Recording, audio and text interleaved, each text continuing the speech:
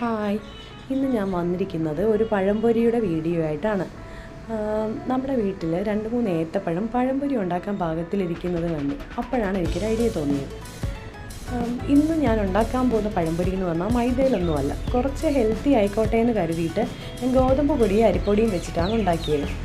ഒരു 2 സ്പൂൺ ഗോതമ്പ് പൊടി ഒരു ബൗളിലേക്ക് ഇട്ടു.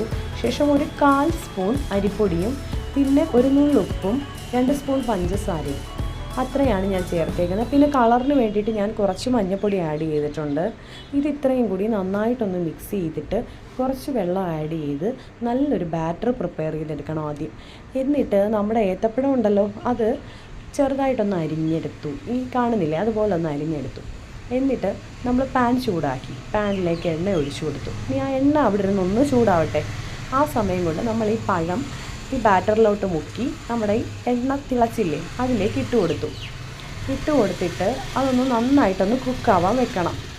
അപ്പം ഒരു പകുതിയോളം ഏത്തപ്പഴം അങ്ങനെ മുക്കിയത് ഞാൻ എടുത്തിട്ടിട്ടുണ്ട്. ബാക്കി പകുതി പാത്രത്തിൽ തന്നെ ഇരിപ്പുണ്ട്. എല്ലാം കൂടെ ഒരുമിച്ചിട്ടാൽ അത് റെഡി ആവത്തില്ല. അപ്പം പകുതിയോളം ഇങ്ങനെ കുക്കായി വരുന്നുണ്ട്. കുക്ക് ചെയ്തത് ഞാൻ ഒരു പാത്രത്തിലോട്ട് മാറ്റി വെച്ചിട്ടുണ്ട് കേട്ടോ. ഇനി ബാക്കിയുള്ളത് നമുക്ക് എടുത്തിടാം. അതും ഇങ്ങനെ കുക്കായിക്കൊണ്ടിരിക്കുകയാണ്. ഏകദേശം കുക്കായി വന്നിട്ടുണ്ട്. ഒരുപാട് ഫ്ലെയിം അങ്ങ് കൂട്ടി വെക്കണ്ട, കരിഞ്ഞു പോകും കേട്ടോ. ഏകദേശം ഈ പരുവത്തിലായിട്ടുണ്ട്. നമ്മുടെ അമ്മ ഇവിടെ ചായയൊക്കെ കുടിച്ചുകൊണ്ട് നിൽക്കുകയാണ്. ആ സമയം കൊണ്ട് മിഹിമോൾ കുരുത്തക്കേട് കാണിക്കാൻ വേണ്ടി വെളിയിലോട്ട് പോയിട്ടുണ്ട്. ഈ റെഡി ആയിക്കൊണ്ടിരിക്കുന്നത് എനിക്കുള്ള കാപ്പിയാണ്. ഞാനും എടുത്ത് കഴിച്ചിട്ടുണ്ട്.